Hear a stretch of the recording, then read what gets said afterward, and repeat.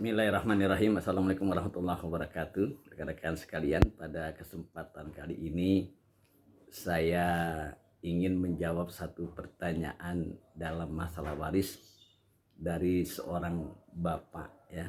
Bapak ini menceritakan apa yang dialami.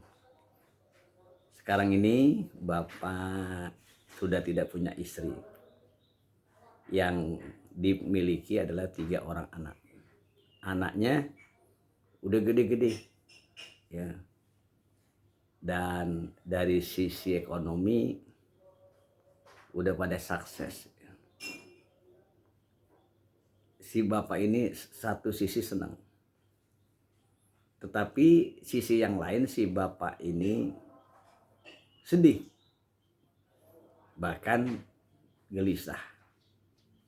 Kenapa bisa demikian? Ini dikarenakan ketiga orang anak-anak ini menteror kepada dia agar bapaknya segera memberikan warisannya kepada mereka. Dan bapak ini cukup banyak hartanya. Terus terang saja si bapak ini kaget. Kok tega-teganya anak sampai minta disegerakan pembagian warisnya, padahal dia masih hidup. Dia sedih, hatinya menjerit. Lalu dia mengatakan kepada anak-anaknya itu, bagaimana bapak mau memberikan harta waris sedangkan bapak masih hidup? Lalu kata si anak itu, justru bapak masih hidup ya, waris itu harus segera diberikan Pak, karena kalau bapak udah mati kita bisa jadi ribut atau kita bisa salah paham. Lalu si bapak menyatakan, saya ini masih sehat, masih segar, bahkan bapak berniat akan nikah lagi. Lalu si anak kembali menyatakan, justru itu Pak, nanti kalau bapak menikah lagi, ini tambah rumit dengan istri yang baru, istri bapak yang baru. Nah, oleh karena itu pokoknya nggak ada alasan lagi, bapak harus mensegerakan pembagian waris itu kepada kamu. Demikian Pak Ustadz cerita saya, kasus saya, bagaimana jalan keluarnya. Hadirin sekalian yang saya hormati, wabil khusus kepada bapak yang bertanya itu, bahwasanya bapak benar, yang namanya warisan dalam agama Islam itu ya akan jatuh kalau yang punya harta meninggal. Kalau yang punya harta itu belum meninggal, maka tidak jatuh warisan ya. Jadi nggak bisa bagi waris kalau yang punya warisnya itu masih hidup. Tetapi si anak ini terus mendesak-desak.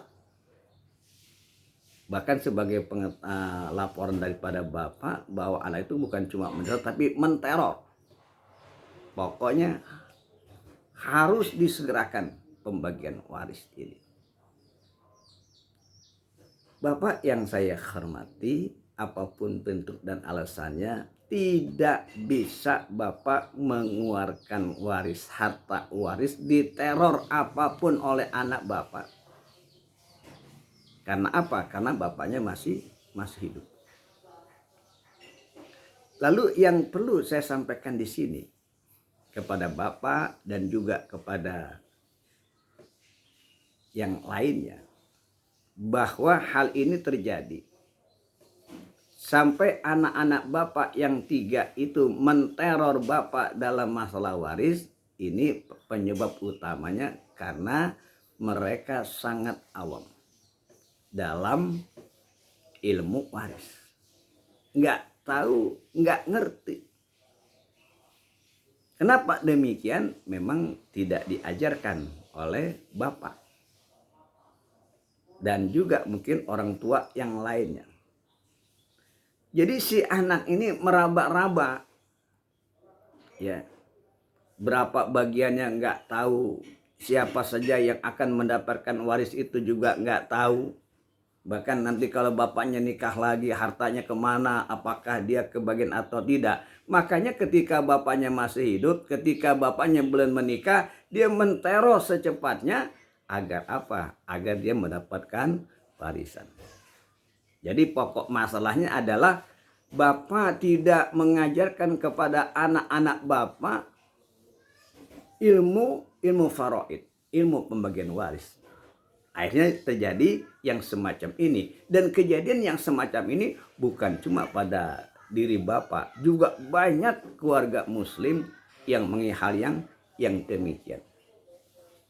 Akan tetapi bapak, ya, sebagai solusinya agar bapak tidak diteror, maka bapak bisa memberikan harta bapak kepada anak-anak bapak yang 3 itu meskipun bapak masih hidup. Bisa diberikan, ya, kalau bisa jangan semuanya, Pak, karena bapak masih hidup, bapak masih butuh harta itu. Ya, sebagian kepada anak-anak bapak yang 3 orang itu bapak bisa membaginya, tetapi tidak melalui waris, melalui hibah, ya. Hibah bisa diberikan kapan saja, termasuk ketika bapak masih hidup.